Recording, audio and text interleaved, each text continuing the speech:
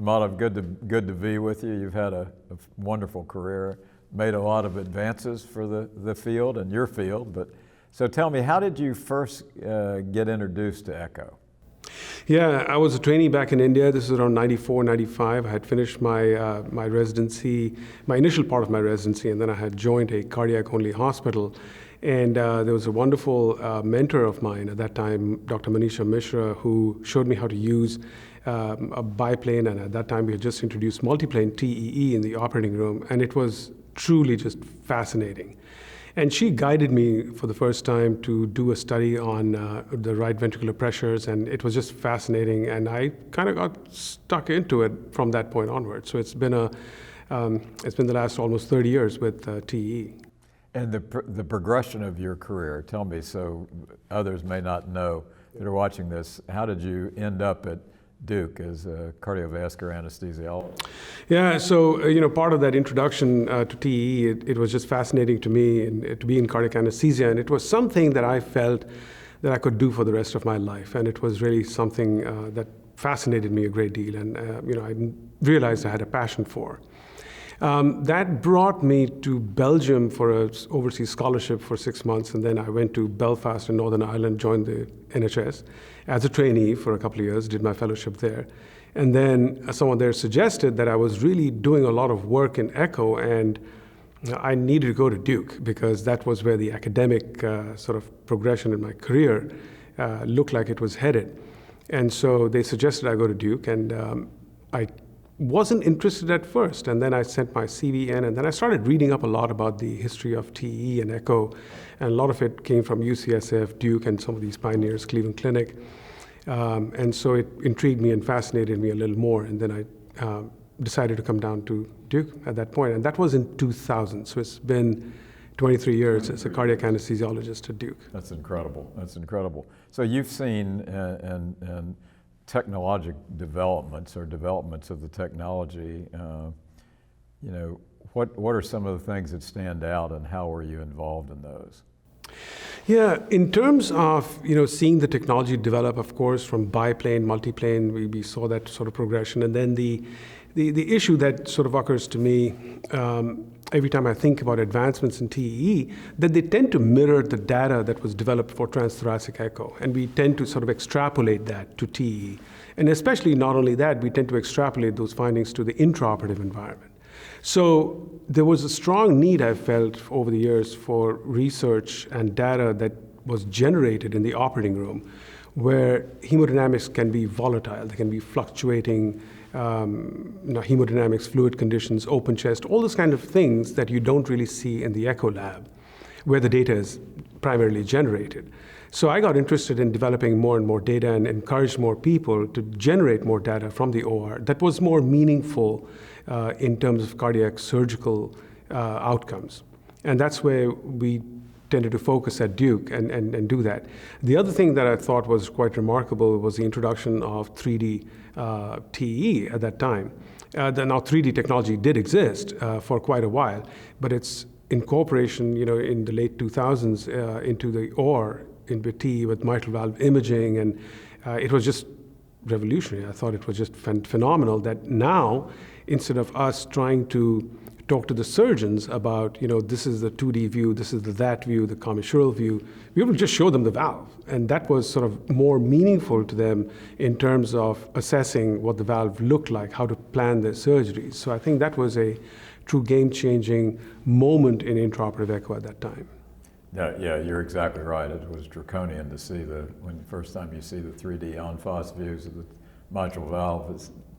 It's really something. So how did you get involved with the American Society of Echo? Yeah, so that was back when I was a fellow at Duke in 2000, and so I joined the society as a fellow in 2000, and I attended my first meeting in 2001. And it was in 2003 that, I believe it was in 2003 that the meeting moved from Toronto to Las Vegas. And that was when my mentor, Joseph Matthew, who was my division chief at the time, suggested that I speak on aortic stenosis and mitral regurg at the intraoperative symposium. That was my first kind of faculty talk that I had ever done. And I was really nervous at that time. It was nerve-wracking. I spent months trying to prepare my talk, and at the end, when they said that it was moving to Las Vegas, it sort of got me even more unnerved, and it was this huge room with lots of people. But the talk was well received, and that sort of started my journey at ASE as faculty. And then soon after that, noting my interest, some of the pioneers at the time, Jack Shanewise and Bill Stewart, they suggested that I join the Council for Perioperative Echo, or the Intraop Council as it was known at the time. And when I joined the council, that's when it occurred to me that one can have a much broader impact in the field that you've chosen by being embedded where the decisions are made. And I think just doing that energized me to do more. And after that, I just participated in so many things with ASE that it really occurred to me that this is the organization that I want to make my professional home. And it was really gratifying to see the amount of mentorship and the amount of support that the society gave to anesthesiologists, which was new at the time. And it wasn't very often that you got to see anesthesiologists playing a role in echocardiography so prominently in a society. So I was very grateful to the society for providing a platform, and its leaders for providing a platform for us to make advances in perioperative echo. It's interesting. You're exactly right, and it's interesting because I was fortunate to be on the ground floor of the development of a lot of the technology in the field. Monoplane, uniplane, TE was that. We certainly were using it in the OR as Bill did. Bill did a tremendous, but having anesthesiologists, Jack was at Emory with me when I was there, and Jack was phenomenal. And getting to work with the CV Anesthesiology Society and training courses, it was a natural extension of allowing the technology to play a key role. You were the first cardiovascular anesthesiologist as president. You were actually the 30th president of the ASE, and that was fabulous to have you in that role, not only as president, but representing the anesthesiologists. What were some major issues that you faced during your presidency? Oh, the first one that comes to mind is COVID. No, I was absolutely honored, and it was a privilege to be in that position to lead the society. One of the principal goals that I had when I started the presidency was to have a focus on member well-being and really focus on a caring society. I started that mission back in before my presidency started, and ASE Cares was a big part of that. As part of that, I wanted to focus on not just the knowledge portion of what ASE does, but making the membership a lot more cohesive, make it feel more like a family. And families care for one another. And as President Roosevelt said at one point, no one cares about how much you know until they know how much you care. And so all that fades when we don't have the culture of caring. And one of the things that we started doing at that time was introduce facilities for all our attendees at all our meetings. It was not about just having attendees there, but having every attendee feel comfortable. So having childcare resources, having lactation rooms, having meditation rooms, having all sorts of well-being exercises there was very meaningful to me to start. The second part was diversity and inclusion. So we articulated that as our core value. We created a diversity and inclusion task force. And for the first time, we started really making sure that there were champions embedded in just about every committee for guidelines, for instance. For panel discussions at ASE scientific sessions, we wanted to make sure that there was good diversity of all speakers. And that principle still stands today, and I think it's the durable one that will continue for a long time. I was fortunate to be part of the ASE strategic plan, which we developed in 2019 in November with the board, and that was an exercise for me also in learning. We articulated our vision, we created the tagline, "Sound Saves Lives," and we did a lot of other really good things. Of course, when COVID hit in March, one of the things that I learned very quickly was that there's a time for consensus and there's a time to take the lead, because at that time when COVID hit, the main thing that was unnerving everyone was uncertainty. Right. And people were looking for support. And as a society, we decided that we have got to step in now and support all the labs around the world and really take the advice of those who are at the forefront, who have seen things happen between January and March, and see what can we do. And I remember the nation went into lockdown on March 10th. March 17th or March 18th was when we released the lab guidelines. And that was a guideline that was created in 48 hours by some really dedicated group of people. We had our first webinar in March 2019. It was attended by so many people who were really anxious. They wanted to know what to do. How do we save our patients? How do we save our sonographers? How do we save our physicians? What do we do now? So you quickly transitioned to teleconferencing, the digital way to stay connected. Right, and we had to make... That was valuable, incredibly valuable. Absolutely, and it was very prescient that, just when my presidency started, we had already embarked on a pathway of digital education. Right.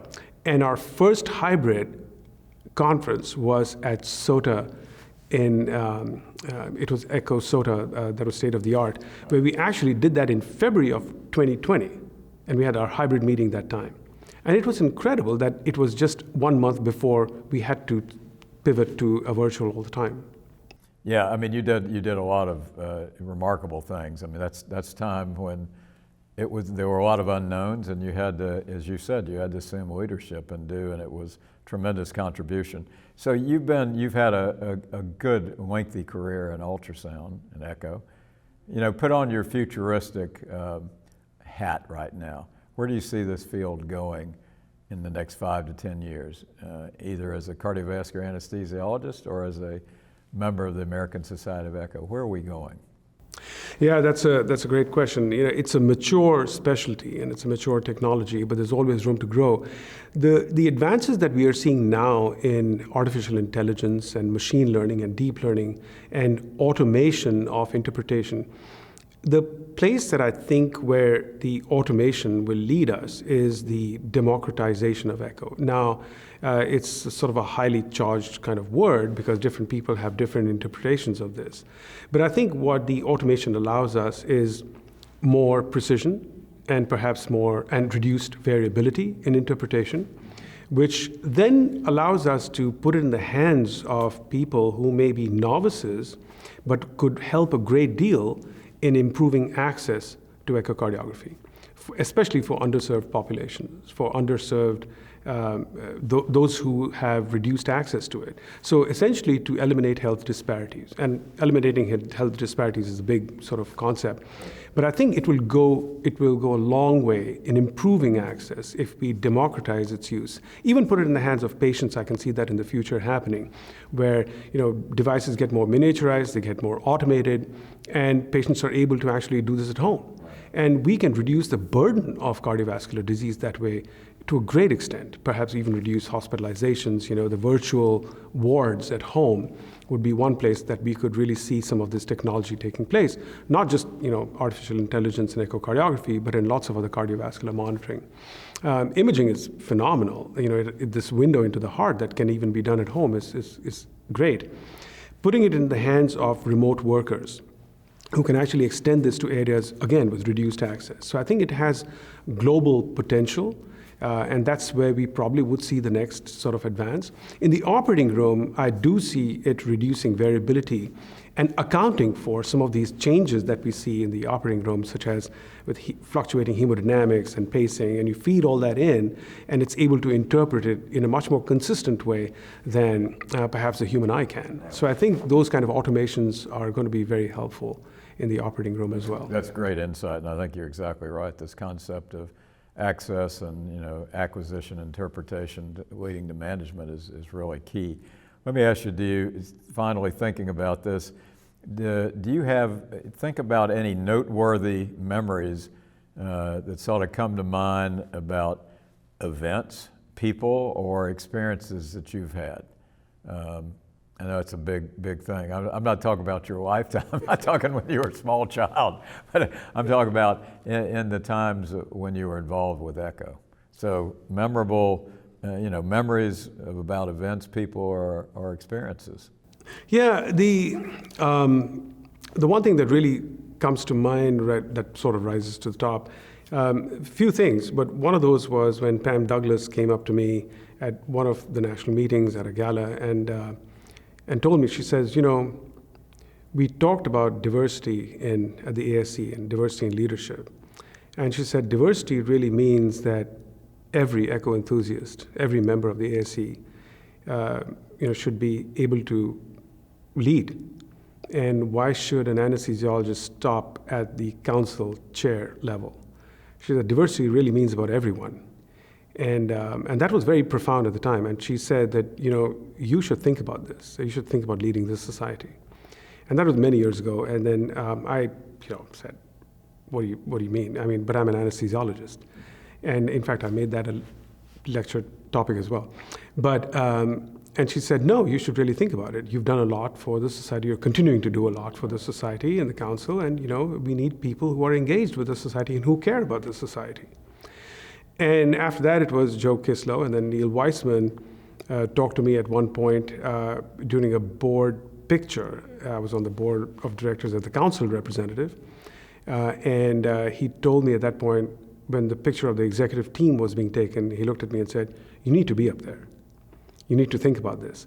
And when I saw this, many leaders of ASE who I really value their opinion, come up and say the same thing, it sort of made me believe a little more in myself and said that, okay, Pam Douglas may have been wrong, but all of them together can't be, that wrong. So I said, and that was really a life-changing moment for me when I realized that there were these stalwarts and leaders of ECHO who really believed in taking a risk, but really lived that philosophy of diversity of thought, and they wanted that to happen at the highest levels of ASE leadership.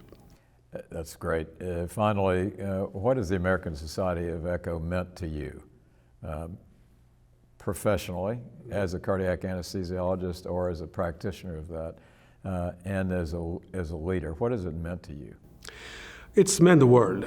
ASE has been my professional family and my professional home for a long time. I'm a cardiac anesthesiologist. We do have the Society of Cardiovascular Anesthesia, which is also my professional home. ASE has felt like a family. It's the right size. It's the right, the staff here, the leaders, everyone has been phenomenal. And I continue to feel that way when I come to the ASE meetings, when I attend ASE sessions. This is my meeting. These are my people. I feel that way. And I think an anesthesiologist can feel welcome in the society like this. It means that ASE is a place that is welcoming to everyone. And it really lives that value. That's absolutely what ASE means to me.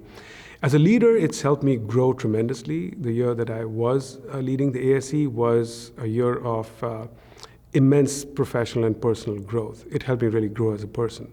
So I'm actually indebted to ASE for giving me these opportunities. Super. Well, you've done a great job. Thanks for joining us. Thank you.